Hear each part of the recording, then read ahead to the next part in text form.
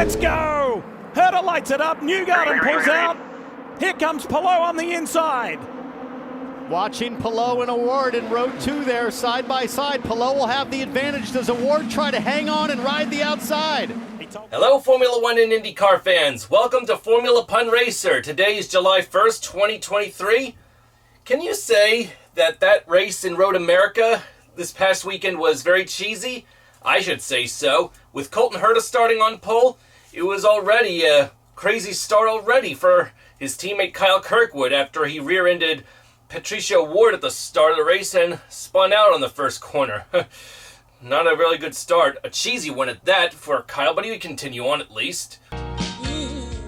Truth be told, that the Road America race had plenty of other slight off-track excursions that were quite a cheesy ones, but easy recovery. On the same lap as Kirkwood and Award's tangle, there was Jack Harvey slightly forcing Benjamin Peterson off the track. Then, 8 laps later, Rinus VeeKay spun Felix Rosenqvist out, but Rosenqvist was able to continue. Unfortunately for all of us Romain Grosjean fans, it wouldn't be a good one because he unfortunately would be out of the race when his car got stuck in the sand trap. I guess his car wanted a day at the beach with suntan lotion, an umbrella, and a blanket, and a picnic basket. Boom! Oh, okay, so maybe that wasn't really a good punchline, but the truth is most of these videos are unscripted after all. One lap after Grosjean had his spin in the gravel trap, the leaders, led by Colton Herta, would take their pit stops. But as for Rinus VeeKay, who was already in hot water having clipped Felix Rosenqvist off the track, and for those who are probably still mad at him for forcing Alex Palou out of contention to win the Indy 500 this year after a pit stop tangle at the greatest spectacle in racing, well, for anti-VeeKay fans, karma would finally bite VeeKay in the butt, because during his first pit stop, he had an unsafe release, forcing Kyle Kirkwood, who was already having a hard day, to force to miss his pit box, costing Kyle Kirkwood even more time in the race. Pretty unfortunate. A little further down pit lane, Marcus Armstrong did the same thing towards Simon Pagenaud, so it was quite a massive headache for a lot of pit stop people, really wrecking their strategies, which at the same time put our McLaren driver at the time, Alexander Rossi, into the lead. Oh, come on! One lap after the leaders cycled through their first pit stop of the race, the yellow flag flew for Grosjean's off-track excursion into the gravel trap. And then, 2 laps later, the race was about to go back to green, but Rahal Letterman Lanigan driver Jack Harvey, well, his car wouldn't get to see that restart because of trying to make the final corner to see that green flag restart. Apparently, his car too also wanted to have a day at the beach in the gravel trap. Give that guy a suntan lotion, umbrella, and blanket too, I say. Apparently, Harvey's day just was not worth jack. Andretti Autosport driver Colton Herta, who started on pole, would take his final pit stop with 16 laps to go, but some people say strategically the team should have waited one more lap by doing this, because by pitting a little too soon before the checkered flag, one could say that while Herta would make it to the finish, he'd end up having to back off to conserve fuel just to make it to the finish, because the team thought or was hoping that another caution would come out to help him conserve fuel and tires to make it to the race and stay in the lead, but that didn't come to be. So basically, in layman's terms, by pitting a lap too soon, Colton Herta was a sitting duck. A sitting duck Colton Herta would be with 7 laps to go, as his lead would be relinquished to Alex Palou of Spain of Chip Ganassi Racing. Herta would unfortunately finish in 5th place as he continued to have to back off to conserve fuel to make it to the finish. Alex Palou would hold on to the lead for those last 7 laps and never look back. The last bit of action in the race occurred with 3 laps from the checkered flag when Stingray Robb in his Dale Coyne entry also went off the track, but miraculously managed to hold off from hitting the tire barrier and continue on with the race. Where's Marcus? Marcus Ericsson finished 6th, and as for his New Zealander teammate, Marcus Armstrong, he unfortunately would finish well down the order in 24th, a race he'd like to forget and is thankful that it's finally over. Thank God. But when all was said and done, the Chip Ganassi driver Alex Palou would take his third IndyCar win of the season, increasing his points lead in the championship over championship leader Marcus Ericsson. Joseph Newgarden, this year's Indy 500 winner, would finish second. And naturally, people have begun to rumor right away with how well Alex Palou is doing at Chip Ganassi, despite the fact that he has officially claimed he is going to Arrow McLaren Chevy racing next year. That kind of makes you wonder if he's going to change his mind and stay with Chip Ganassi. I wish he would stay with Chip Ganassi, but in the end, it's all up to Alex Palou of where he will go and what he'll do. Will he stick with Chip Ganassi into the future, considering how well he's doing and how he came close once again at winning the Indy 500? Or will he actually go to Arrow McLaren and possibly throw his future away, all in the name of trying to get into F1? If I were Alex Palou, I would wait until I've won the Indy 500 with Chip Ganassi before doing anything like that. That's what I say if I were him. But whatever floats your boat, Alex. And good luck with the rest of the IndyCar season. In fact, in 24 hours from this recording, the next IndyCar round takes place right here. The IndyCar round at Mid-Ohio, in the same state that gives us the Wendy's food chain and Graham Rahal, another popular road course on the IndyCar venue, and one we'll see a lot of action just as much as Road America. Now let's look into the results of the Canadian Grand Prix, which occurred the same day as Elkhart Lake. And the Canadian Grand Prix is go! Max Verstappen's got a good start, so is Lewis Hamilton straight up to second position. Well, F1 fans, if you were all hyped up about the Canadian Grand Prix, how many of you in the hours before the race decided to have pancakes with Canadian maple syrup placed on them for breakfast that morning, eh? I know I was.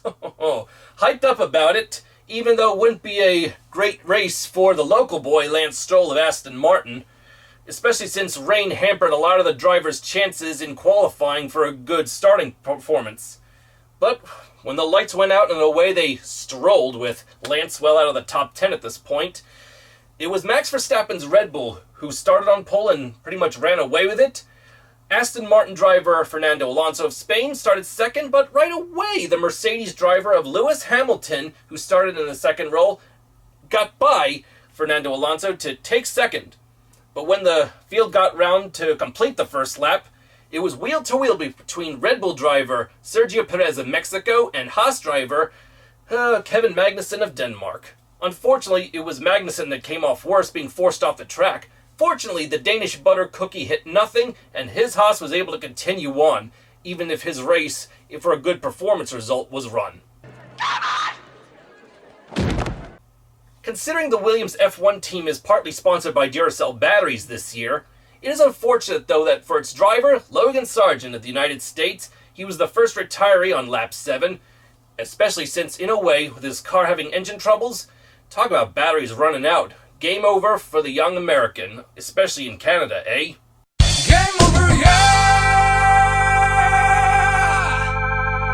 Disappointing it was that the Mercedes-powered Williams of Logan Sargent was out with electrical issues, but 5 laps later, the term Mercedes would suffer some more as the factory effort driven by George Russell lost control in the backstretch and his right rear slammed into the wall. He was able to rustle his car back to the pits, but unfortunately the Merc was done. So it was all in Lewis Hamilton's hands from there. And 5 laps later, the term Mercedes, in a more positive light, would get a little more recognition, because just like their IndyCar counterparts, Arrow McLaren at downtown Detroit, when I told you about Rosenquist and Rossi going wheel to wheel in a hairpin corner, well, history would repeat itself again with their drivers Oscar Piastri of Australia and Lando Norris going through the hairpin corner at Canada, shown here. Once again, perfect unison on McLaren's part. Stop copying me! Why don't you just leave me alone?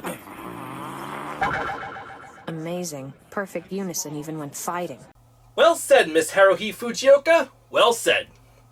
Despite the fact that Kevin Magnussen got away with a slight off-track excursion on lap 1, he would not be so lucky on lap 35, the halfway point, as he was going wheel-to-wheel with AlphaTauri driver Nick de Vries of the Netherlands, and going into the corner that represents the backstretch, they would both lock up and they would be forced off the track.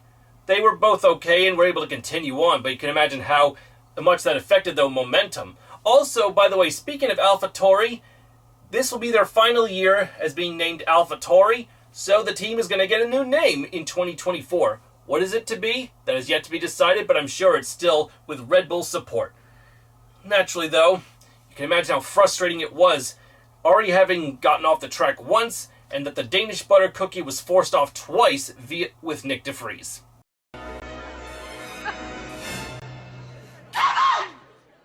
The Canadian Grand Prix, a race both Nick de Vries and Kevin Magnussen would like to forget. At the same time, Max Verstappen was continuing to expand his lead over the rest of the field. Aston Martin driver Fernando Alonso had already got his second place back from Lewis Hamilton. With 3 laps left in the race, you could say that Esteban Ocon's Alpine Renault decided to wing it right in front of Lando Norris's McLaren. In other words, the rear wing was pretty jiggly like jello, all right, but fortunately no action was needed to be taken, as that wing stayed on pretty well. Sacre bleu, what a jiggle that was for the young Frenchman, I must say. But when all was said and done, Max Verstappen, the Flying Dutchman, took another victory, expanding his lead in the points. Fernando Alonso finished second. Lewis Hamilton finished third. Another 1-2-3 by these former champions. And man, oh man, this is indeed a race to remember, as it's been a Red Bull victory for all the races so far. Max winning all but 2 races thus far. Another podium finish for Aston Martin's Fernando Alonso. So congratulations, Fernando, on that. It's just unfortunate, though, that for his Canadian teammate Lance Stroll, I guess he put too much maple syrup on his pancakes that morning, or someone gummed up his engine with maple syrup, so it was pretty frustrating that he just barely got into the points, eh? Damn it! Damn it is right. In fact, though, by good fortune, Lando Norris later incurred a penalty which promoted Lance Stroll from 10th to 9th, so at least he gets a tick more, but still pretty frustrating for the young Canadian on home soil, eh?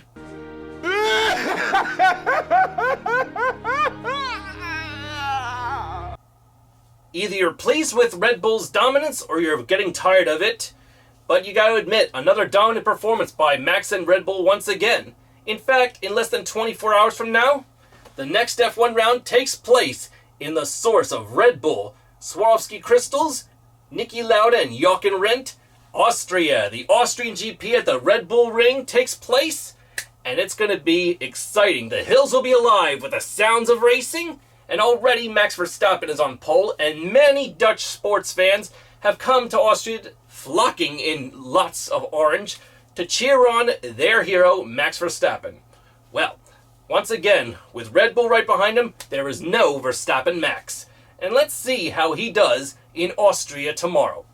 Well, that concludes my video review of Canada and Road America. So once again, tune in for Mid-Ohio for IndyCars and Austria for F1. Thanks for watching once again, and if you like this video, please comment, share, and subscribe to your family and friends, and I'll see you all in the next videos. I'm Aaron Cylinder, firing on all cylinders.